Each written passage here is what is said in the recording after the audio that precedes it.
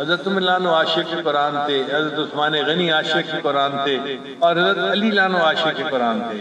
اللہ نے دیکھو ان کو خلفائے راشدین بنا دیا۔ اس کے بعد اگر آپ دیکھیں تو 4 ائمہ جو گزرے، ائمہ فقہا، امام مالک رحمۃ اللہ علیہ عاشق قرآن تھے، امام احمد بن حنبل تو عاشق قرآن تھے، اور ان کی تو قصے بڑے مشہور ہیں کہ مسئلہ خلق قرآن میں انہوں نے کتنی قربانیاں دی۔ پھر امام شافعی رحمۃ اللہ علیہ عاشق قرآن تھے، اور امام اعظم ابو حنیفہ رحمۃ اللہ علیہ تو بڑے عاشق قرآن تھے۔ رمضان شریف میں 63 قرآن مجید روزانہ یعنی رمضان شریف میں پڑھا کرتے تھے۔ 1 قرآن دن میں، 1 قرآن رات میں، یہ 60 ہو گئے، اور 3 قرآن مجید تراویح میں پڑھا کرتے تھے۔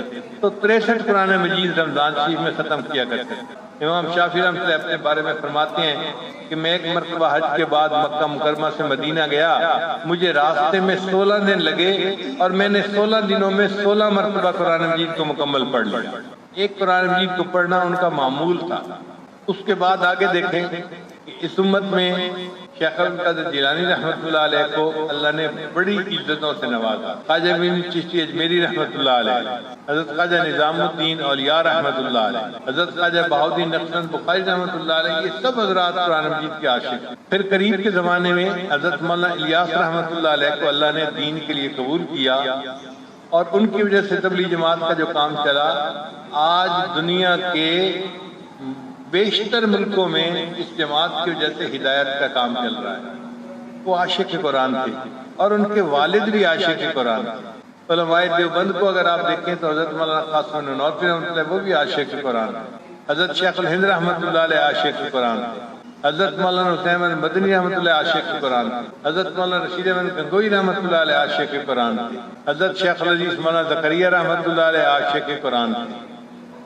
جن جن کو دیکھیں کہ اللہ نے ان کو عزتوں سے نوازا، یہ سب وہ لوگ تھے جو قرآن سے عشق کا درجہ رکھتے تھے، محبت کا درجہ رکھتے تھے۔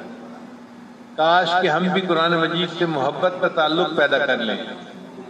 آج آئی پیڈ کے ساتھ محبت ہوتی ہے، کمپیوٹر کے ساتھ محبت ہوتی ہے، سیل فون کے ساتھ محبت ہوتی ہے، اور انسان ہر وقت اسے اپنے قریب رکھتا ہے، اس کو دیکھتا رہتا ہے، ہاتھ میں پکڑتا ہے، اور خون سنتا رہتا ہے۔ اگر ہمیں قرآن مجید کے ساتھ محبت ہوتی تو ہم بھی قرآن مجید کو دن میں کئی مرتبہ تلاوت کرتے۔ پورا دن گزر جاتا ہے، قرآن مجید کی تلاوت کا وقت نہیں ملتا۔ آپ غور کیجئے، کئی لوگ ایسے بھی ہیں کہ جو ہر روز اخبار پڑھتے ہیں، اخبار پڑھے بغیر ان کا دن نہیں گزرتا۔ بھئی جتنا لوگ اخبار کو درجہ دیتے ہیں، اللہ کے قرآن کو اتنا تو درجہ دے دیں کہ ہم بھی روز قرآن مجید کو کھولیں اور پڑھیں۔ بہانہ بنا دیتے ہیں جی فرصت نہیں ہوتی۔ حقیقت میں تو بات پرائورٹی کی ہے، جس کو پرائورٹی ملتی ہے اس کو ہم کر لیتے ہیں، اور جس کی پرائورٹی نہیں ہوتی ہم اس کو چھوڑ دیتے ہیں۔ کچھ ایسے بھی لوگ تھے کہ قرآن مجید کی تلاوت کے بغیر ان کا دن نہیں گزرتا تھا، روزانہ قرآن مجید کی تلاوت کرتے تھے۔